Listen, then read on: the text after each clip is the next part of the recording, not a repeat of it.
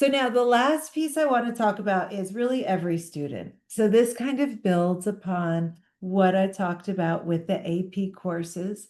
But what we have is a marketplace. And I'll also share this link in a moment as well.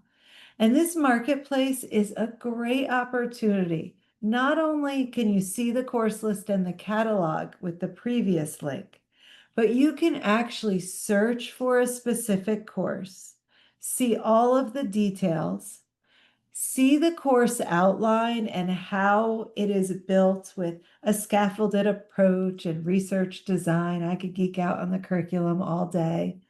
But you never want to buy anything until you kick the tires, right?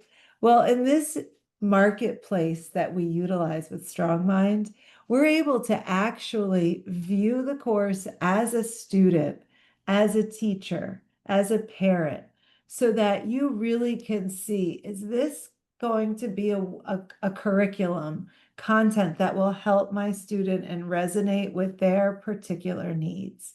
So you can see all of the imagery. We're very media heavy. You can click around and see how they present vocabulary and use the accessibility tools.